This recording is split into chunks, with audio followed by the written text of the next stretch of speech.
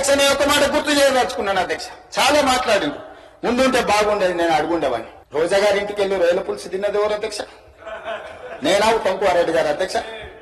రోజా గారు ఒక్కసారి రొయ్యల పులుసు పెడితేనే తిని రాయలసీమను రతనాలసీమ చేసి వస్తాను చెప్పొచ్చిన మహానుభావుడు ఆయన.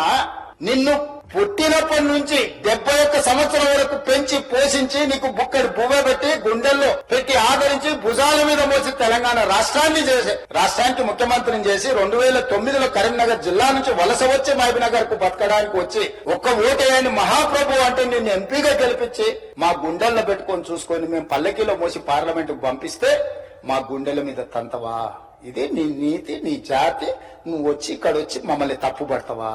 రొయ్యల పులుసు తిన్నందుకు అంత విశ్వాసం చూపిస్తావు. ఒక్కసారి రోజమ్మ పెట్టిన రొయ్యల పులుసుకి నిన్ను మోసినందుకు 2009లో నిన్ను పల్లకీలో మోసి పార్లమెంట్ లో పంపించినందుకు మా పాలమూరు జిల్లాకి ఏం చేసినావు? పార్లమెంట్ లో నోరు లేకపోయినా, పార్లమెంట్ లో ఊరు లేకపోయినా నిన్ను పార్లమెంట్ సభ్యుడిగా మేము ఎన్నుకొని నీకు రాజకీయ భిక్ష పెడితే మా పాలమూరు ఎండబెడతావు, మా కల్వకుర్తి ఎడారిగా మారుతుంది, మా భీమా నెట్టంపాడు కోయిల్ సాగర్ నారాయణపేట కోడంగల్ లిఫ్ట్ ఇరిగేషన్ ని ఎక్కడికక్కడ పడవ పెడతావా?